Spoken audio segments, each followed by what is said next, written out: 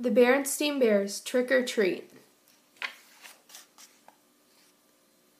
The sights and sounds of autumn were all around as Mama Bear pushed her shopping cart along the path that led to the Bear family's treehouse.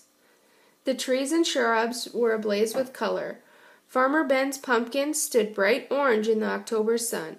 The crows cawed noisily as they searched the stubble for bits of corn. Wild geese in great V formations honked high in the sky as they flew south. But the surest sign of the season was inside the treehouse, hiding behind Papa Bear's easy chair. It was Brother Bear waiting to try out his Halloween costume on Mama. It wasn't Halloween yet, but Brother and Sister couldn't wait to try on their new costumes. Sister was going to be a beautiful ballerina. "Well, what do you think?" she asked, taking the third position. "Shh," said Brother. "Mama's coming." Brother had chosen to be a spooky monster on Halloween. He had bought the spookiest monster mask he could find, and Mama made the rest of his costume.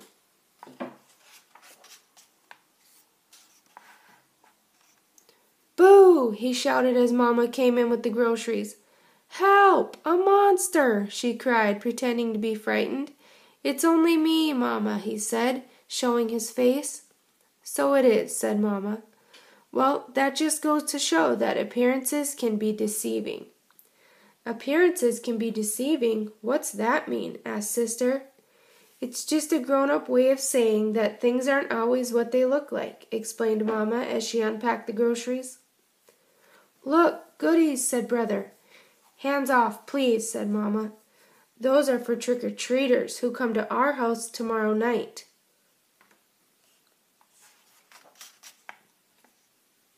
Brother and Sister were very excited about Halloween and a little nervous, too. This was the first year they would be going trick-or-treating without a grown-up along to supervise. "I'm not so sure I like the idea of them going by themselves," said Papa as he carved the pumpkin he got from Farmer Ben. "It's pretty spooky out there," he added, making a scary face at the cubs.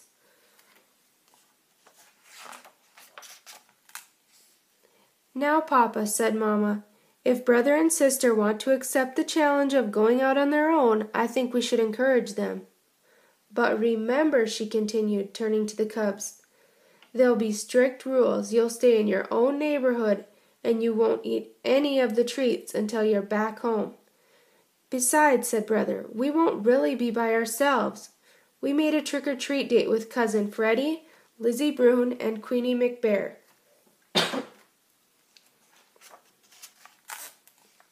"There," said Papa, putting the finishing touches on the jack-o'-lantern. Then he lit a candle inside it and turned out all the lights. It was pretty scary.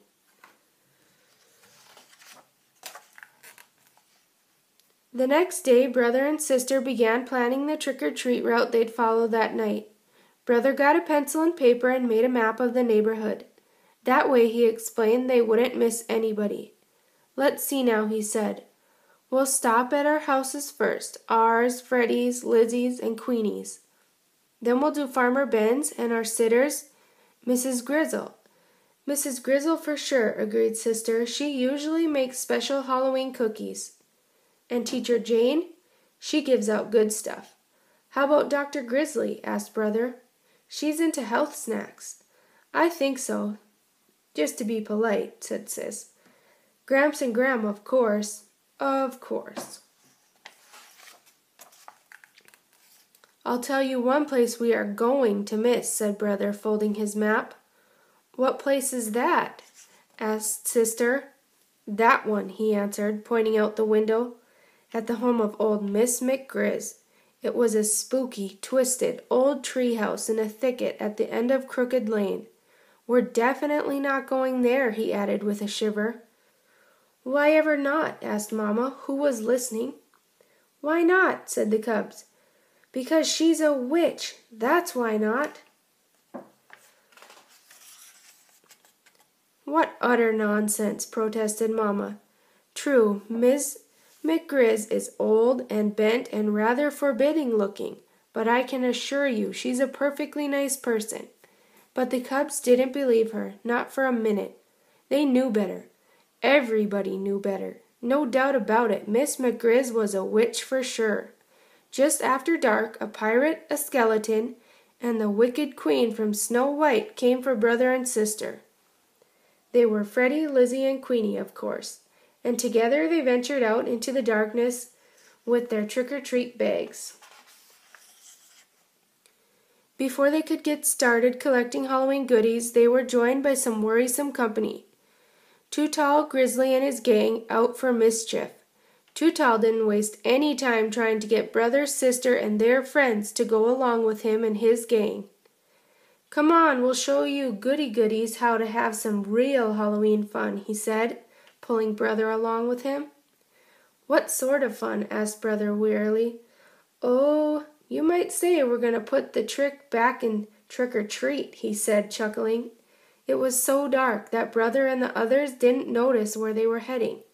"Hey," said sister, "this is Crooked Lane."